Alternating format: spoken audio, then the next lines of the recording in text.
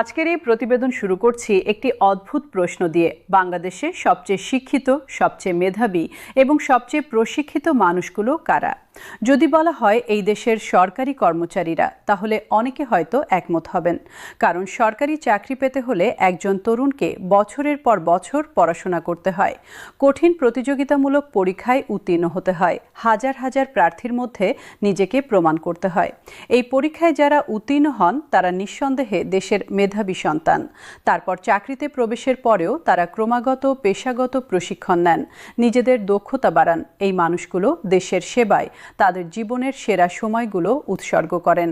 কিন্তু এই মেধাবী, পরিশ্রমী এবং দেশপ্রেমী মানুষগুলো মাস শেষে যে বেতন পান তা দিয়ে তাদের নিজেদের পরিবারকে সম্মানজনকভাবে বাঁচিয়ে রাখাটাও কঠিন হয়ে পড়েছে। এই অদ্ভুত বৈপরীত্যটাই আজ দেশের সবচেয়ে বড় সমস্যাগুলোর একটি হয়ে দাঁড়িয়েছে। কিন্তু আজ এই সমস্যার সমাধানের দিকে একটি বড় পদক্ষেপ নেওয়া হয়েছে। দেশের উচ্চ আদালত নবম জাতীয় পে স্কেল বাস্তবায়নের বিষয়ে একটি ঐতিহাসিক এবং যুগান্তকারী নির্দেশনা দিয়েছে। আদালত জাতীয় পে কমিশনকে একটি কঠোর আইনি নোটিশ জারি করেছে এবং আগামী মাত্র 2 কর্মদিবস অর্থাৎ 48 ঘণ্টার মধ্যে নতুন বেতন কাঠামো সংক্রান্ত চূড়ান্ত প্রতিবেদন আদালতে জমা দেওয়ার সুনির্দিষ্ট নির্দেশ দিয়েছে এবং স্পষ্টভাবে জানিয়ে দিয়েছে যে নির্ধারিত সময়ের মধ্যে প্রতিবেদন জমা না পড়লে পে কমিশনের সংশ্লিষ্ট কর্মকর্তাদের বিরুদ্ধে আদালত অবমাননার মামলায় কঠোর আইনগত পদক্ষেপ নেওয়া হবে। এই নির্দেশনার খবর আজ সারা দেশে ছড়িয়ে পড়েছে। সরকারি কর্মচারীদের মধ্যে দীর্ঘদিনের হতাশা কাটিয়ে একটি নতুন আশার সূচনা হয়েছে। পে কমিশনের দপ্তরে শুরু হয়েছে যুদ্ধকালীন তৎপরতা, আর পুরো প্রশাসনিক কাঠামোতে নেমে এসেছে একটি ভূমিকম্পের মতো ঝাঁকুনি। আজকের এই গুরুত্বপূর্ণ মুহূর্তকে সঠিকভাবে বোঝার জন্য আমাদের একটু পেছনে ফিরে যেতে হবে। এই পরিস্থিতি কিভাবে তৈরি হলো, কোন পথে হেঁটে আজকের এই বিন্দুতে এসে পৌঁছানো হয়েছে এবং এরপর কি হতে পারে, সেই পুরো চিত্রটা আমরা আজকের প্রতিবেদনে তুলে ধরব। বাংলাদেশের সরকারি চাকরির বাজারে একটি অদ্ভুত পরিস্থিতি তৈরি হয়েছে বিগত কয়েক বছরে। একদিকে সরকারি চাকরির জন্য প্রতিযোগিতা দিন দিন বাড়ছে। বিসিএস পরীক্ষায় প্রতি বছর 3 থেকে 4 লাখ তরুণ পরীক্ষা দেন মাত্র কয়েক হাজার পদের জন্য। অন্যান্য সরকারি চাকরির পরীক্ষাতেও একই চিত্র। এই বিপুল প্রতিযোগিতা দেখলে মনে হবে সরকারি চাকরি বুঝি খুব লোভনীয়, কিন্তু বাস্তবতা হলো এই প্রতিযোগিতার পেছনে আছে মূলত চাকরির স্থায়িত্ব এবং পেনশনের নিশ্চয়তা। বেতনের কারণে নয়, কারণ বেতনের দিক থেকে বেসরকারি কোম্পানিগুলো অনেক এগিয়ে। একটি মাল্টিন্যাশনাল কোম্পানিতে একজন সদ্য নিয়োগপ্রাপ্ত কর্মকর্তা যে বেতন পান, একজন সদ্য নিয়োগপ্রাপ্ত সরকারি কর্মকর্তা তার অর্ধেকও পান না। এই বৈষম্য দেশের সেরা মেধাবীদের সরকারি চাকরি থেকে দূরে সরিয়ে দিচ্ছে। যারা সরকারি চাকরি পাচ্ছেন তারাও ধীরে ধীরে হতাশ হয়ে পড়ছেন। এই হতাশার শিকড় বুঝতে হলে বেতন কাঠামোর ইতিহাসটা জানতে হবে। বাংলাদেশে স্বাধীনতার পর থেকে এ পর্যন্ত মোট 8টি জাতীয় পে স্কেল ঘোষণা করা হয়েছে। প্রতিটি পে স্কেলের পরপর কিছুদিন কর্মচারীরা স্বস্তি পেয়েছেন, তারপর মূল্যস্ফীতির চাপে আবার একই সংকটে পড়েছেন। সর্বশেষ 8ম পে স্কেল এসেছিল 2015 সালে। সেই থেকে এখন পর্যন্ত প্রায় 1 দশক পার হয়ে গেছে। এই 1 দশকে দেশে যা যা পরিবর্তন হয়েছে তার একটি সংক্ষিপ্ত চিত্র দেওয়া যাক। 2015 সালে 1 কেজি সরু চালের দাম ছিল 40 থেকে 50 টাকা, এখন সেটা 70 থেকে 90 টাকা। 2015 সালে 1 লিটার সয়াবিন তেলের দাম ছিল 85 থেকে 95 টাকা, এখন সেটা 160 থেকে 114 টাকা। 2015 সালে ঢাকার মধ্যবিত্ত এলাকায় 2 কক্ষের ফ্ল্যাটের ভাড়া ছিল 10 থেকে 12 হাজার টাকা, এখন সেটা 20 থেকে 25 হাজার টাকা। 2015 সালে একটি বেসরকারি স্কুলে একজন শিক্ষার্থীর মাসিক বেতন ছিল 3 থেকে 5 হাজার টাকা, এখন সেটা 8 থেকে 15 হাজার টাকা। 2015 সালে একজন বিশেষজ্ঞ ডাক্তারের পরামর্শ ফি ছিল 500 থেকে 1000 টাকা, এখন সেটা 2 থেকে 5 হাজার টাকা। এই হিসাবগুলো দেখলেই বোঝা যায় 10 বছরে জীবনযাত্রার ব্যয় কোথা থেকে কোথায় গেছে, কিন্তু বেতন কাঠামো আটকে আছে সেই 2015 সালেই। এই পরিস্থিতিতে একজন সরকারি কর্মচারীর জীবন কেমন হয় সেটা একটু কল্পনা করা যাক। ধরুন একজন কর্মচারী 14তম গ্রেডে কাজ করেন, তার মূল বেতন এখন হয়তো 10,500 টাকার কাছাকাছি। সব ভাতা মিলিয়ে মাসে হাতে পাচ্ছেন হয়তো 28 থেকে 22,000 টাকা। ঢাকায় একটি ছোট ফ্ল্যাটের ভাড়া 12 থেকে 15,000 টাকা। বাড়ি ভাড়া দিলেই হাতে থাকছে মাত্র 7 থেকে 10,000 টাকা। এই টাকা দিয়ে 3 থেকে 4 জনের পরিবারের খাবার, সন্তানের পড়াশোনা, যাতায়াত, চিকিৎসা সব চলবে অসম্ভব। ফলে প্রতি মাসে ঋণ করতে হচ্ছে, কারো কাছ থেকে ধার নিতে হচ্ছে। অনেকে গ্রামের জমি বিক্রি করছেন, অনেকে সন্তানের পড়াশোনা বন্ধ করে দিতে বাধ্য হচ্ছেন। এই কষ্টের কথা মুখে বলা কঠিন, কারণ সমাজ বিশ্বাসই করে না যে সরকারি কর্মচারীরা এতটা কষ্টে থাকতে পারেন। এই দুঃসহ পরিস্থিতিতে বিভিন্ন সরকারি কর্মচারী সংগঠন বছরের পর বছর ধরে নতুন পে স্কেলের দাবি করে আসছিল। তারা সভা করেছে, মিছিল করেছে, স্মারকলিপি দিয়েছে, সরকারের কাছে বারবার আবেদন করেছে। সরকার তাদের কথা শুনেছে, পে কমিশন গঠন করেছে, কিন্তু কমিশন গঠিত হয়ে 6 মাস কাজ করার পরেও চূড়ান্ত প্রতিবেদন জমা দিতে পারেনি। এই দীর্ঘ বিলম্বে কর্মচারীদের মধ্যে তীব্র হতাশা এবং ক্ষোভ দানা বেঁধেছিল। কেউ কেউ আরও কঠোর আন্দোলনের কথা বলছিলেন। এই পরিস্থিতিতে বিষয়টি আদালতে নিয়ে যাওয়া হয়। একটি রিট পিটিশনের মাধ্যমে উচ্চ আদালতের দৃষ্টি আকর্ষণ করা হয়। আদালত বিষয়টি শুনল, পুরো পরিস্থিতি বিশ্লেষণ করল এবং আদালত একটি গুরুত্বপূর্ণ উপলব্ধিতে পৌঁছালো। আদালত দেখল যে এই বিলম্ব শুধু প্রশাসনিক অদক্ষতা নয়, এটা সরকারি কর্মচারীদের সাংবিধানিক অধিকারের লঙ্ঘন। বাংলাদেশের সংবিধানের 15 নম্বর অনুচ্ছেদে বলা হয়েছে, রাষ্ট্রের অন্যতম মৌলিক দায়িত্ব হল নাগরিকদের অন্ন, বস্ত্র, আশ্রয়, শিক্ষা ও চিকিৎসার সুবিধা নিশ্চিত করা। একজন সরকারি কর্মচারী যদি তার বেতন দিয়ে এই মৌলিক চাহিদাগুলো পূরণ করতে না পারেন, তাহলে রাষ্ট্র তার সাংবিধানিক দায়িত্ব পালনে ব্যর্থ হচ্ছে। এই উপলব্ধি থেকেই আদালত কঠোর নির্দেশনা দিয়েছে। পে কমিশনকে নোটিশ দিয়েছে, 48 ঘন্টার মধ্যে প্রতিবেদন চেয়েছে এবং না দিলে আদালত অবমাননার হুঁশিয়ারি দিয়েছে। আদালতের এই যুক্তিটা অত্যন্ত গুরুত্বপূর্ণ, কারণ এটা প্রতিষ্ঠা করল যে সরকারি কর্মচারীদের ন্যায্য বেতন দেওয়া শুধু সরকারের নৈতিক দায়িত্ব নয়, এটা সাংবিধানিক বাধ্যবাধকতা। এই বাধ্যবাধকতা পালনে ব্যর্থতার বিরুদ্ধে বিচার বিভাগ সরাসরি হস্তক্ষেপ করতে পারে। এই নজির বাংলাদেশের আইনি ইতিহাসে অত্যন্ত তাৎপর্যপূর্ণ। ভবিষ্যতে এটা আরও অনেক ক্ষেত্রে ব্যবহার হতে পারে। নোটিশ পাওয়ার পর পে কমিশনের দপ্তরে যা হচ্ছে তা বর্ণনা করতে গেলে একটি শব্দই যথেষ্ট: বিপ্লব। কমিশনের ভেতরের সূত্র জানাচ্ছে, নোটিশ পৌঁছানোর কয়েক মিনিটের মধ্যেই সব স্বাভাবিক কাজ বন্ধ হয়ে গেছে। চেয়ারম্যান ব্যক্তিগতভাবে প্রতিটি সদস্যকে ফোন করেছেন। যারা বাইরে ছিলেন তারা ছুটে এসেছেন, যারা ছুটিতে ছিলেন তারা ছুটি বাতিল করে অফিসে এসেছেন। কমিশনের প্রতিটি বিভাগে এখন রাত দিন কাজ চলছে। কম্পিউটারের পর্দায় সংখ্যার পর সংখ্যা মিলছে। প্রতিটি গ্রেডের হিসাব চূড়ান্ত হচ্ছে, প্রতিটি ভাতার পরিমাণ ঠিক হচ্ছে, আর্থিক প্রভাবের হিসাব কষা হচ্ছে। কারণ 48 ঘন্টার মধ্যে একটি সম্পূর্ণ প্রতিবেদন তৈরি করে আদালতে জমা দিতে হবে। কমিশনের কর্মকর্তারা বলছেন, কাজের গতি এখন অনেক বেশি, কারণ এখন আর কোনো বিকল্প নেই।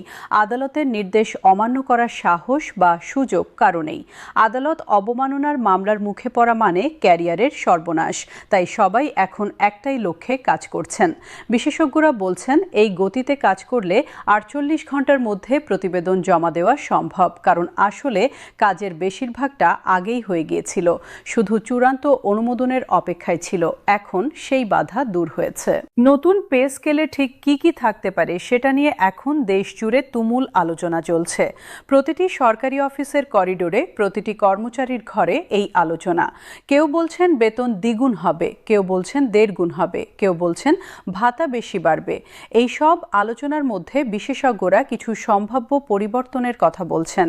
গ্রেড কাঠামোর দিক থেকে বিদ্যমান 20টি গ্রেড থাকবে কিনা নাকি পরিবর্তন আসবে সেটা চূড়ান্ত হয়নি, কিন্তু যে কাঠামোই থাকুক প্রতিটি গ্রেডে বেতন উল্লেখযোগ্যভাবে বাড়বে এটা নিশ্চিত। বিশেষ করে নিম্ন গ্রেডের কর্মচারীরা বেশি হারে বৃদ্ধি পাবেন। ভাতার ক্ষেত্রে বাড়ি ভাড়া ভাতা এবং চিকিৎসা ভাতায় সবচেয়ে বড় পরিবর্তন আসতে পারে। যাতায়াত ভাতা, শিক্ষা ভাতা এবং অন্যান্য ভাতাও বাড়তে পারে। বার্ষিক ইনক্রিমেন্টের হার বর্তমানের চেয়ে বেশি হওয়া উচিত বলে বিশেষজ্ঞরা মনে করছেন। তবে চূড়ান্ত সংখ্যা প্রতিবেদন এবং সরকারের ঘোষণার আগে জানা যাবে না। দেশের বিভিন্ন প্রান্ত থেকে সরকারি কর্মচারীরা আজকের এই ঐতিহাসিক মুহূর্তে তাদের প্রতিক্রিয়া জানাচ্ছেন। কিশোরগঞ্জের একজন উপজেলা সমাজসেবা কর্মকর্তা বলেছেন, আমি গরিব মানুষদের সহায়তার কাজ করি, কিন্তু নিজেই গরিবের মতো দিন কাটাই। এই অসঙ্গতি আজ দূর হওয়ার পথ তৈরি হয়েছে। নেত্রকোনার একজন সরকারি হাইস্কুলের বিজ্ঞান শিক্ষক বলেছেন, আমার ছেলে বিশ্ববিদ্যালয়ে পড়ছে, তার মাসিক খরচ আমার বেতনের প্রায় সমান। এই অবস্থায় কোনোভাবে দিন চলছে। নতুন পে স্কেল হলে অন্তত একটু শ্বাস নিতে পারবো। নোয়াখালীর একজন জেলা প্রশাসনের নায়েব নাজির বলেছেন, সরকারি কর্মচারী হওয়ার স্বপ্ন দেখেছিলাম ছোটবেলায়, সেই স্বপ্ন পূরণ হয়েছে, কিন্তু স্বপ্নের সঙ্গে বাস্তবতা মেলে না। নতুন পে স্কেলে যদি সত্যি উল্লেখযোগ্য পরিবর্তন আসে, তাহলে সরকারি চাকরিতে আবার মেধাবীরা আসবে। ঝালকাঠির একজন পল্লী উন্নয়ন কর্মকর্তা বলেছেন, গ্রামের মানুষের উন্নয়নের জন্য কাজ করি, কিন্তু নিজের পরিবারের উন্নয়ন করতে পারছি না। আদালতের এই নির্দেশ দেখে মনটা হালকা হলো। বিভিন্ন সরকারি কর্মচারী সংগঠনের নেতারা আজ এক বাক্যে বলছেন, এটা আমাদের দীর্ঘ সংগ্রামের প্রথম বড় বিজয়। বাংলাদেশ সরকারি প্রাথমিক শিক্ষক সমিতির একজন শীর্ষ নেতা বলেছেন, প্রাথমিক শিক্ষকরা এই দেশের সবচেয়ে অবহেলিত কর্মচারীদের একটি অংশ। তারা দেশের ভবিষ্যৎ গড়ছেন, কিন্তু তাদের নিজেদের ভবিষ্যৎ অনিশ্চিত। আজ আদালত যা করল, সেটাই শিক্ষকদের জন্য একটি বিশাল পাওয়া। বাংলাদেশ স্বাস্থ্য সহকারী সমিতির একজন নেতা বলেছেন, আমাদের সদস্যরা গ্রামে গ্রামে গিয়ে মানুষের স্বাস্থ্য সেবা দেন, বাড়ি বাড়ি গিয়ে টিকা দেন, কিন্তু তাদের যা বেতন তা দিয়ে সংসার চলে না। আদালতের এই পদক্ষেপ তাদের জন্য একটি সুখবর। দেশের বিশিষ্ট অর্থনীতিবিদ, আইনজীবী এবং প্রশাসনিক বিশেষজ্ঞরা এই পুরো পরিস্থিতি বিভিন্ন দৃষ্টিকোণ থেকে বিশ্লেষণ করছেন। অর্থনৈতিক দৃষ্টিকোণ থেকে একজন বিশিষ্ট অর্থনীতিবিদ বলেছেন, নতুন পে স্কেল শুধু কর্মচারীদের ব্যক্তিগত উপকার করবে না, এটা দেশের সামষ্টিক অর্থনীতিতেও ইতিবাচক প্রভাব ফেলবে। যখন লক্ষ লক্ষ কর্মচারীর হাতে বাড়তি অর্থ আসবে, তখন বাজারে চাহিদা বাড়বে। এই বাড়তি চাহিদা দেশীয় উৎপাদনকে উৎসাহিত করবে, কর্মসংস্থান বাড়বে, দেশের জিডিপিতে ইতিবাচক প্রভাব পড়বে। আইনগত দৃষ্টিকোণ থেকে একজন বিশিষ্ট আইনজীবী বলেছেন, আদালতের এই হস্তক্ষেপ বাংলাদেশের আইনি ইতিহাসে একটি নতুন দিগন্ত উন্মোচন করল। এটা প্রতিষ্ঠা করল যে বিচার বিভাগ শুধু সংঘাত নিষ্পত্তি করে না, সাংবিধানিক অধিকার বাস্তবায়নেও সক্রিয় ভূমিকা পালন করে। প্রশাসনিক দৃষ্টিকোণ থেকে একজন বিশিষ্ট বিশ্লেষক বলেছেন, এই ঘটনা বাংলাদেশের প্রশাসনিক সংস্কৃতিতে একটি গুরুত্বপূর্ণ পরিবর্তনের সংকেত দিচ্ছে। জবাবদিহিতা এবং সময়মতো সিদ্ধান্ত নেওয়া এখন থেকে আরও গুরুত্বপূর্ণ হবে, কারণ দায়িত্ব এড়ানোর আইনগত পরিণতি আছে। পে কমিশনের প্রতিবেদন জমা পড়ার পর কি হবে সেটা নিয়েও বিশেষজ্ঞরা বিস্তারিত আলোচনা করছেন। প্রতিবেদন জমা পড়লে অর্থ মন্ত্রণালয় সেটা পর্যালোচনা করবে। অর্থ মন্ত্রণালয়ের পর্যালোচনা শেষ হলে মন্ত্রিপরিষদ বিভাগে আলোচনা হবে। তারপর শীর্ষ কর্তৃপক্ষের অনুমোদন নিতে হবে। এরপর সরকারি গেজেটে নতুন বেতন কাঠামো প্রকাশ করতে হবে। এই পুরো প্রক্রিয়া সম্পন্ন হতে সাধারণত 2 থেকে 3 মাস সময় লাগে। তবে সব পক্ষ যদি দ্রুততার সঙ্গে কাজ করে, তাহলে এই সময় কমানো সম্ভব। বিশেষজ্ঞরা আশাবাদী যে এপ্রিল বা মে মাসের মধ্যে নতুন বেতন কাঠামো কার্যকর হতে পারে। বকেয়া বেতনের ক্ষেত্রে কার্যকর তারিখ থেকে হিসাব করা হবে। তবে সরকার ঠিক কোন তারিখ থেকে কার্যকর ঘোষণা করবে সেটা এখনই বলা সম্ভব নয়। আজকের এই পুরো পরিস্থিতি থেকে কিছু গুরুত্বপূর্ণ সত্য বেরিয়ে আসছে। প্রথম সত্য হলো, ন্যায্য দাবির জন্য লড়াই করলে একদিন না একদিন ফলাফল আসে। দেশের সরকারি কর্মচারীরা বছরের পর বছর ধরে শান্তিপূর্ণভাবে তাদের দাবি তুলে ধরেছেন। হয়তো সরকার সরাসরি সাড়া দেয়নি, কিন্তু আদালত সাড়া দিয়েছে। দ্বিতীয় সত্য হলো, গণতান্ত্রিক রাষ্ট্রে নাগরিকের অধিকার রক্ষার একটিমাত্র পথ নেই। সংসদ থেকে আদালত পর্যন্ত বিভিন্ন প্রতিষ্ঠান এই কাজে ভূমিকা রাখতে পারে। আজ আদালত সেই ভূমিকা পালন করল। তৃতীয় সত্য হলো, জবাবদিহিতার ব্যবস্থা থাকলে প্রশাসন অনেক দ্রুত এবং দক্ষতার সঙ্গে কাজ করতে পারে। মাসের পর মাস যে কাজ হচ্ছিল না, আদালতের একটি নির্দেশে সেটা 48 ঘন্টায় করার প্রস্তুতি হয়ে গেছে। এটা প্রমাণ করছে যে সমস্যাটা সক্ষমতার নয়, ইচ্ছার এবং জবাবদিহিতা। আগামী 48 ঘন্টা এই দেশের সরকারি কর্মচারীদের জন্য অত্যন্ত গুরুত্বপূর্ণ। এই সময়ের মধ্যে যদি পে পে কমিশন আদালতের নির্দেশ মেনে প্রতিবেদন জমা দেয় তাহলে নবম পে স্কেল বাস্তবায়নের পথে একটি বড় বাধা দূর হবে। সরকার যদি সেই প্রতিবেদনের ভিত্তিতে দ্রুত পদক্ষেপ নেয় তাহলে এই বছরের মধ্যেই দেশের লক্ষ লক্ষ সরকারি কর্মচারী নতুন বেতনে বেতন পেতে শুরু করতে পারবেন। সেটা হলে রহিমা বেগমের মতো লক্ষ লক্ষ কর্মচারীর জীবনে একটি বাস্তব পরিবর্তন আসবে। তাদের ছেলেমেয়েরা ঠিকমতো পড়তে পারবে, তারা অসুস্থ হলে চিকিৎসা করাতে পারবেন, মাস শেষে ঋণ করতে হবে না, সম্মানজনকভাবে জীবনযাপন করতে পারবেন। এই স্বপ্নটা তাদের অনেক পুরনো। আজ সেই স্বপ্ন পূরণ হওয়ার পথে একটি বড় পদক্ষেপ নেওয়া হয়েছে। আমরা সেই স্বপ্ন পূরণের অপেক্ষায় আছি, আর সেই মুহূর্ত যখন আসবে সবার আগে আপনাদের কাছে সেই খবর পৌঁছে দেওয়ার প্রতিশ্রুতি নিয়ে আজকে প্রতিবেদন এখানেই শেষ করছি। আমাদের সঙ্গেই থাকুন।